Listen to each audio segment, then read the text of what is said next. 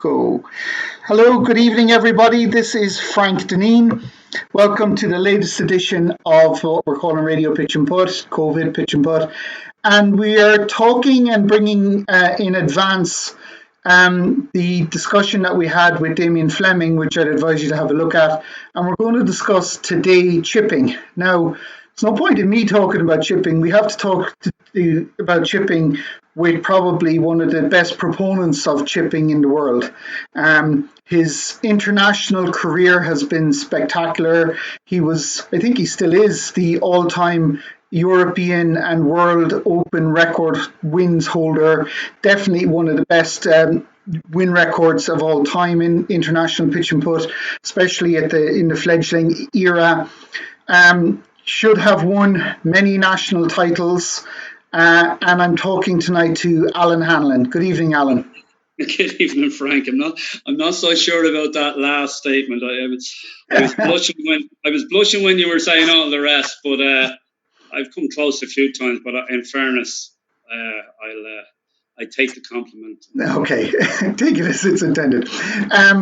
No, Alan, look, I'll be straight with you. Every time I've ever seen you play, or every time I've ever looked at you, and we can talk about this in a little bit more depth, I always felt that when the ball was off the green, you certainly were very dangerous and perhaps the most consistent chipper of a ball I've ever seen from any lie or from any position.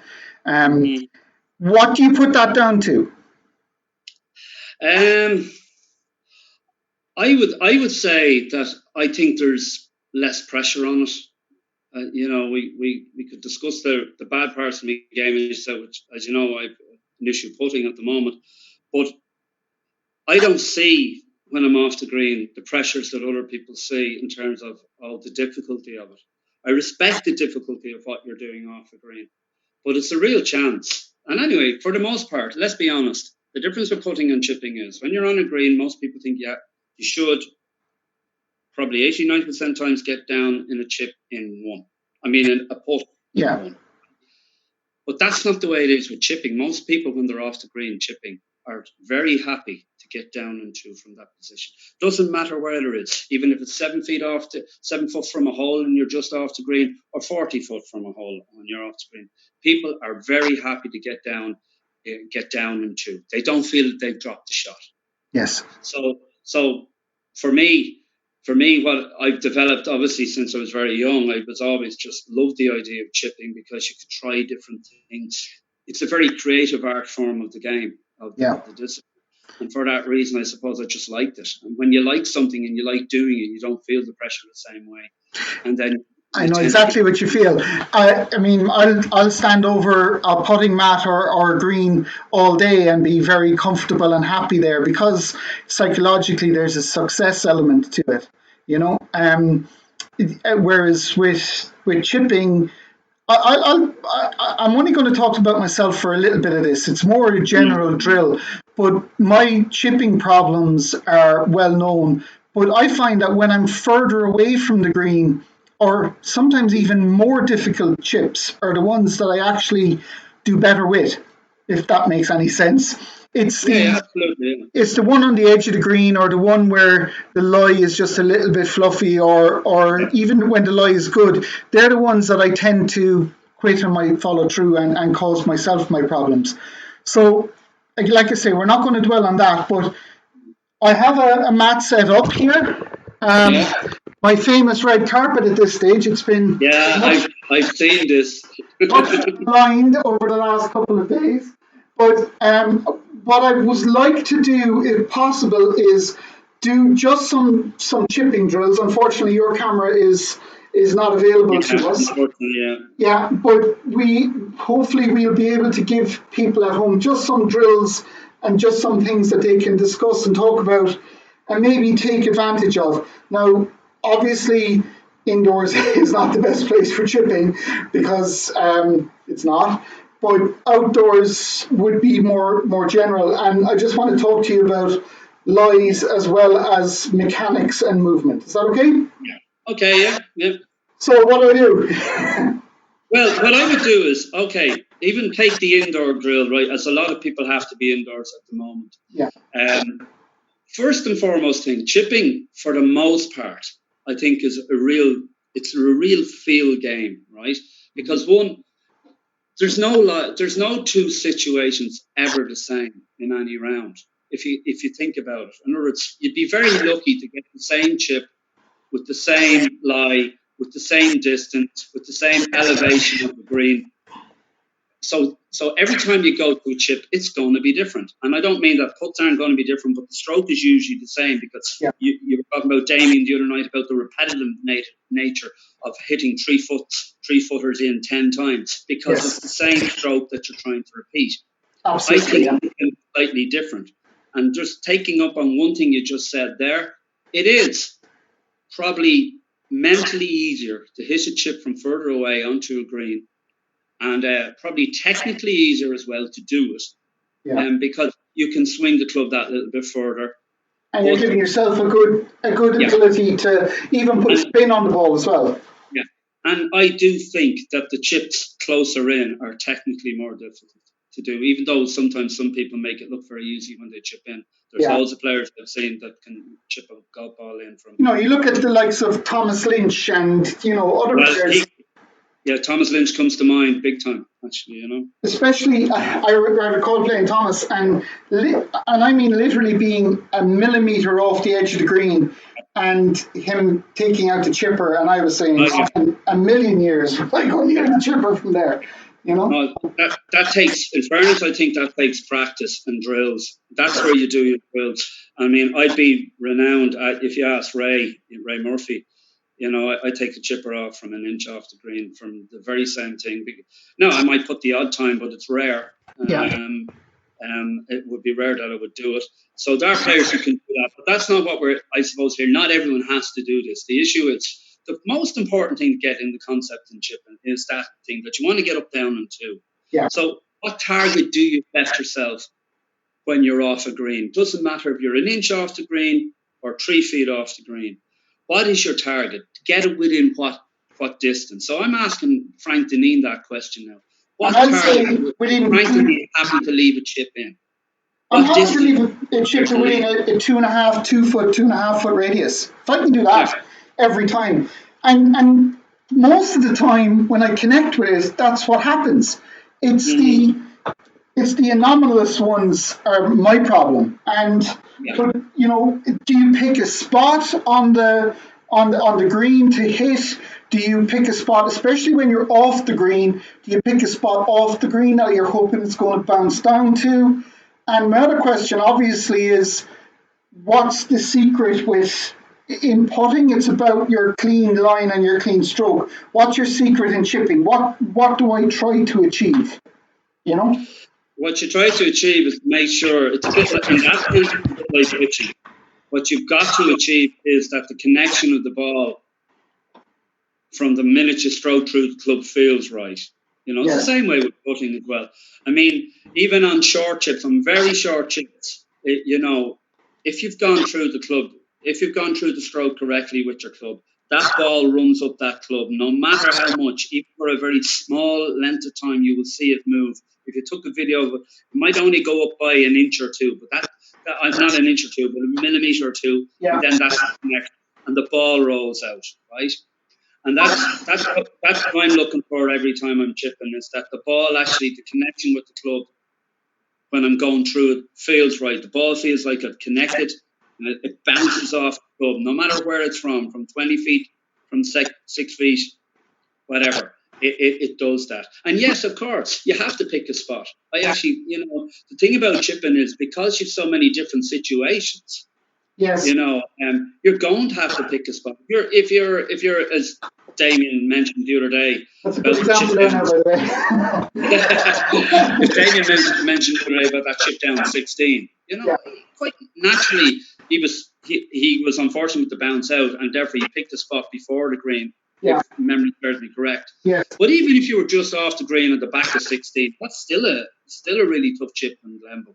Yeah. So you would be picking a spot where you need to land that ball, and what you're doing is letting gravity do the rest. When you're practicing your chipping, especially indoors, is it wise to put something kind of a barrier so that you know that it's a clean connection and not a kind of a Texas wedge thing, or you just observe? Well, if okay, I think you more observe, but I think if you wanted to go down the line just to prove it, you could obviously put that club as far forward as possible as to where you think it should be, because everybody is different. I accept that you could actually try and do it. But for me, the real the real giveaway for me is that a chip's being hit correctly. It's the spin that you put on the golf ball as it goes through.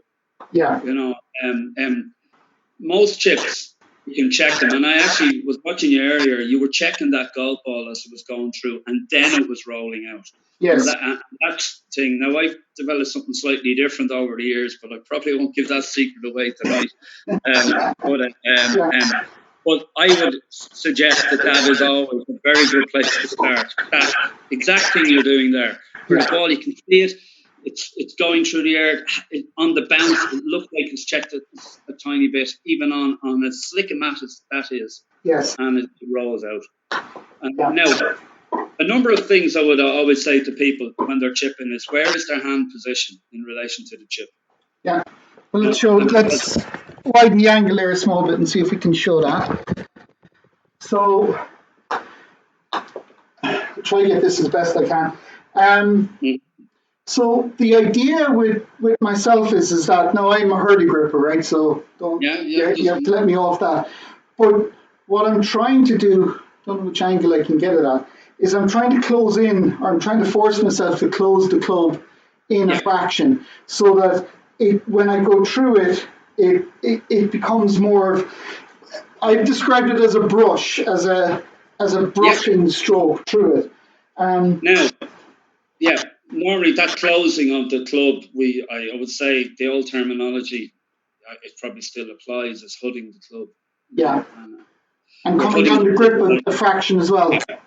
No, and the key, I always say with short chips, what people should do is definitely go down the shaft of the club with their hands as far as they think they can, because depending on their stance and all of that, they might be able to go so far. But you can, like, if you've only 7 foot to go with like, you think about the club you're holding in your hand, right? Yes. That's a sand. Yes. Yeah. Yeah. I mean, when you swing that with a half swing or whatever it is we do in pitch and putt, you can hit that 70 yards. Yes. You know what I mean? So if you take that concept into your head, well, then why would you hold the club up at the top where you normally hold it when you're teeing off? Yeah. If you're taking something from 10 feet, move it down. And this is what I was taught. I mean, I was taught very little when I was young about chipping. But one of the two things I always remember was the hooding of the club and the idea that my hand should go down the shaft to basically to where the grip stops, somewhere in between there. And sometimes people go lower. You'll notice, depending on people, some people go, yeah, exactly. Thomas Lynch is a good example again. He goes way down the shaft, Yeah, or some people go up. But I would suggest that a lot of the time when you hit short chips, it's much, you'll get an awful lot more control and less fear, and you're able to hit it harder. Why? Because by going shorter down the grip, you're stopping yourself. You're not giving yourself the arc to hit the ball as far, and therefore you should have more confidence to hit it that bit harder. And at the same time, where are you aiming to hit on the face of the club? Well, from a chip, the ball won't go up the club all the way from a chip because it hasn't got time. Yes. So in reality, if you're playing off that bare lie that you're talking about, just off the green, you're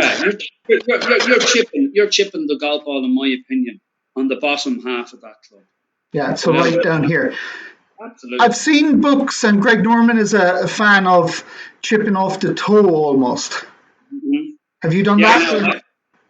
I'd say that's because if he does it, either he wants to take some of the spin, he gets off the ball, I would think. Right. Because not all the ball is catching the groove.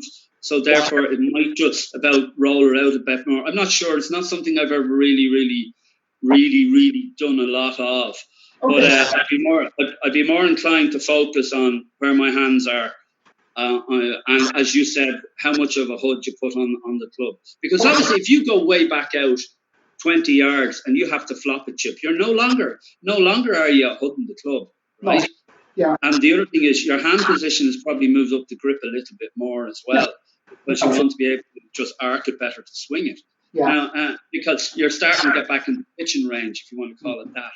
So I would be tending to, all of those things vary because chips vary.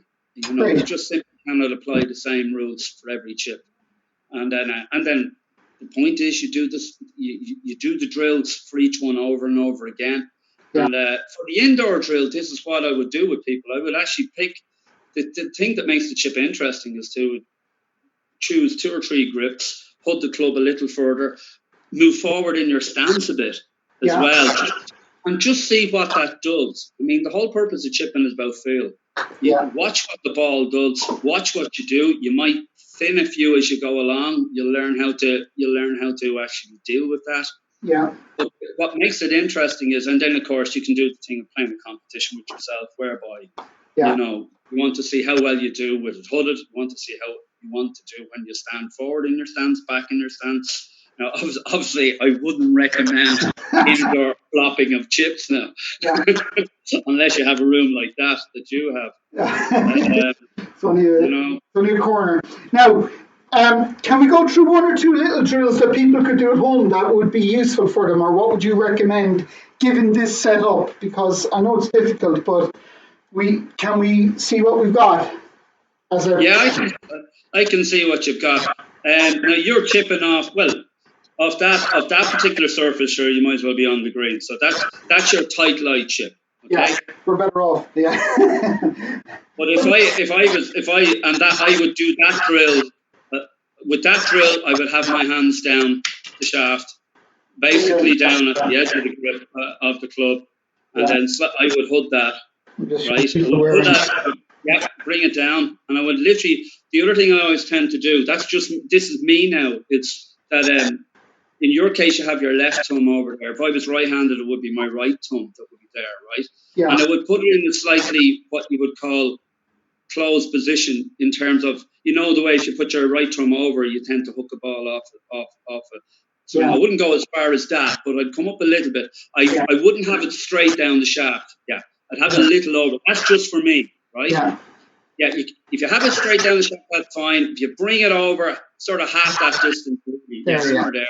Yeah. It should tighten up a bit, and that's an interesting chip to try, right? Okay. The other thing is what that should do is should pop the ball in the air. Now I don't know if it'll do it off a bare lie. I'm not sure. If the further over you bring your thumb and you make a chip, it should pop it in the air a tiny bit. It does actually, yeah. That actually popped it up a bit there. I don't think I've ever examined my thumb position before ever on a chip, to be very honest. Nobody thinks about this. And now the advantage of a chip like that, right? And here's the drill. You were talking about putting something in front of you there. Yeah. Now, let's say you put a box in front of you. Well, a box from that distance. Yeah, put your putter there. Put your putter somewhere over and see can you pop it over with a chip. Or a little. One of the ways of doing it is to have that right thumb. In your case, the left thumb where you have it. Yeah. And try it. It's not always going to work. I'll give myself a hurdle there now. You don't need to force it. It should pop anyway. Yeah. Just trying to. And it does. It goes much higher off the club. Even that little element. If you want to ask me technically why that is, I'd have to think about it for a while. I don't know either, but I can see that it does just there, So the variety, looking at it from a variety perspective is obviously important, yeah? Yeah. Okay. What else could I do? I have would you ever practice, Tig Murphy, who's another excellent chipper, always did what he used to call his Texas wedge or his blading of the chip, especially in... But again, the purpose of the Texas wedge is to give you is to show you the feel of the club you're using. Because, as I said, the key thing in all of this is that chipping is about touch and feel, right? Yes. Simply because you're going to have so many different slides. And there will be a situation where you might require yourself, rare and all as it is, to have to use a Texas wedge. And yes, what you should try with the Texas wedge is because it's very close to what's called tinning the shot. And yes, you should try it. If you can do it indoors, do it. By all means, do. Now, I mean, it's. So you go back on. I'm going back on my. I would suggest that it's extremely difficult to do that if you're in a forward stance. Yeah. You need to go back in that and just see what happens. It's a bit like putting. So I expect you. I think that's easier. And another thing as well that especially when I was younger, what I was doing a lot is playing with the ball with the club head, just so that you get a feel of how the movement of the ball is, even just a small bit, and Absolutely. Things like being able to bounce on the club head and I'm not saying tricks, but just so that you know how far it goes when you hit it that hard, Well, one of the drills I would do, I'd agree with that. One of the drills I would do if I had that sort of mat that you do is to try chipping from the rough, which happens to be your carpet. Yes. Right? Very onto the mat. Onto the mat and see what happens. And naturally it should go straight across. I don't saw that there, but that was actually a socket chip. Well, and then the purpose of that is to see how the ball reacts when it goes off the top. Yeah. And again, probably a good one for that is that popping chip I showed you earlier. Not the socket ones. Yeah. Like that. Yeah, but that's fine. I mean, and then you just have to enjoy it. Like, I mean, you have to want to do it. So you could put a box in your way. You could put a narrow target in your way to see can you get the line. Like you could get 2 books there in between to see can you get it in between it. That type of thing. They're the sort of things that you need to do with your chipping. So the other thing about chipping is it's all about visualizing the line as to where you've got to go, where you've got to land it, assess it. We're coming rapidly through the time on this. I'm going to ask you, you were originally right-handed, at least I remember you being right-handed anyway, and now left-handed. Yeah, well, I've always been left-handed. It was just like, you mean I play pitching right-handed? Yeah, look, I grew up in an era when left-handed clubs weren't as available for us, and like I'm playing older than me. Well, I'm a member of the PPOI. Near 49th year, a member of the PPOI. It's hard to believe. Oh my God! And, back then, when basically my father got both my older brother and myself in the pitch and putt, he bought the same set of clubs, which just happened to be right-handed 8-iron and right-handed putter. Yeah. And I didn't think anything of it and played with it. And even though I'm naturally left-handed in 90% of things I do, but I think that could only take me so far, and it did, and successfully did. Yes. I did switch to left-handed putting in 1997 and was very successful with it for the next 10 years. Yeah. And then eventually, just there back in 2010, ironically, 2010 was the year we did the video down in St. Anne's, which was really good. And that was great fun, yeah. I wasn't playing pitch and putt that year. I'd taken a complete break from it. Yeah. And the only time I ever went out to pitch and putt course was to practice a little bit left-handed, because I'd love to try it to see could I do it. Yeah. And then in 2012, in the middle of the season, I'd gone back right-handed for 2 years, and I just got fed up playing right-handed. I don't know why. I said I want to do something that I feel is I'm naturally better able to do. Stopped in the middle of May and was playing left-handed fully at fairly high level, I suppose, by August. But it took oodles of practice to get there and determination, which was the key thing. Mm-hmm. The hardest part of the learning process was chipping. Funny enough, you wouldn't think so, but it was. So there's a major difference between the two, right and left, for me anyway. So, Yeah. I'm probably a more effective chipper still right-handed, because I still play right-handed when I want to. Right. But is there a difference? Is there a difference between them? Well, I think from a physical point of view, there is. I think I quite naturally. The difference is I'm naturally better technically left-handed. I could never really flop a golf ball properly when I was right-handed. I've always been very good from off the edge of a green, short chip. That punchy chip, that pop chip we're talking about, right-handed, and probably still more effective right-handed. I'd nearly, if I was doing a competition against myself now, and I would do that drill sometimes to practice right-handed, I'd probably chip in more times right-handed than I would left-handed. even though my chipping stats left-handed are quite good. Yeah. But some of the chips I've had left-handed are I can do them because my body position is correct naturally for me. And I love doing flop chips. I love doing all sorts of chips now, left-handed, and I prefer it. Excellent. Alan, do you have a last tip that you want to share with us that you could recommend? What's your secret sauce? You mean just tips as mental thoughts on it, or just? If someone said to you, you've 30 seconds, give me one thought on chipping and improvement of it, what would you say to them? That's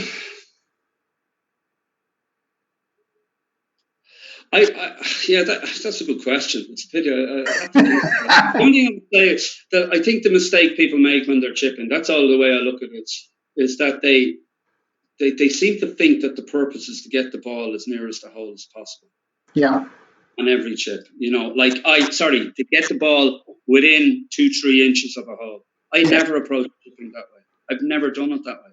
The purpose of getting the chip is it's your next shot, get it as near as possible and be happy with it. Like, I've often had chips for twos which gone 4 or 5 feet past the hole, and with my putting you would think I shouldn't be like that. But I do, because the purpose is have a go at the hole, have a thing, make sure you get through the ball. That's probably the tip in all of this. You've got to make sure you get through that ball on your exactly my personal issue.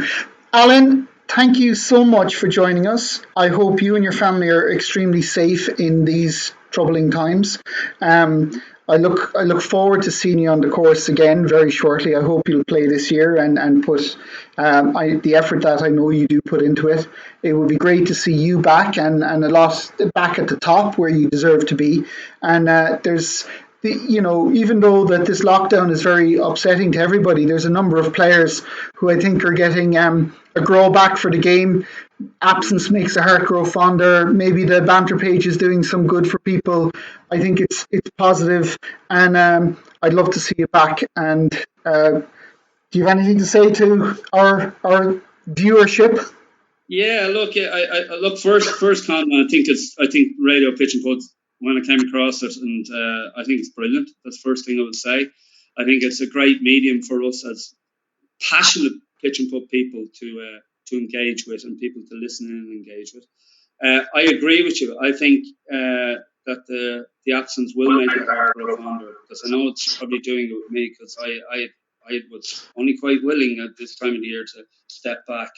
And, I'm getting a bit of a grow to want to get back out, especially because the most important thing is the social aspect around. Yeah, it's very the infrastructure we have in pitch and putt is it so we get on so well as people do right across the whole country, and we can be sure that people are missing that, and it's going to be a much shorter year. And as you said, please God, that the COVID-19 crisis doesn't impact too much on us, that there's nothing left to play to do this year. But anyway, Frank, thanks very much for having us. Alan, one last question.